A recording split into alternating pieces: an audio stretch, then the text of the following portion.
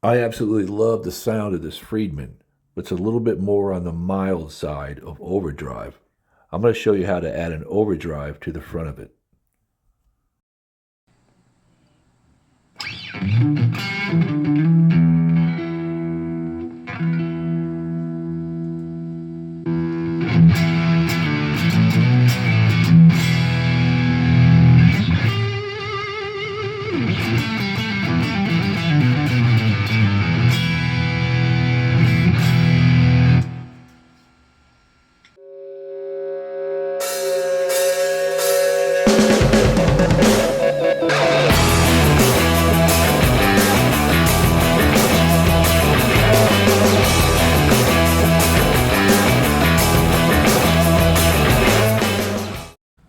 So here's how I did that.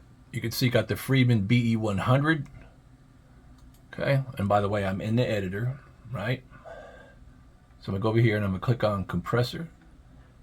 I'm gonna go here and turn it on. I'm gonna take the threshold, drag it up to 3/4. All right, and also make sure that this is in pre, so it's at the beginning of the chain, just like a overdrive pedal would be. And now I can save that by going back over to Librarian. There it is right there. So I'm going to take this, left click and drag and drop it over here. Right? Right?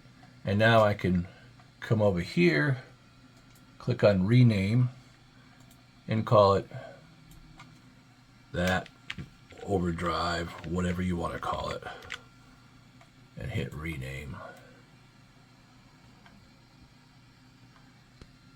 And there it is right there. So now I can click here because I have the auto load on. I can click to the regular one and to the overdrive, and that's what you were hearing. So I'll do it again. Show you what that sounds like.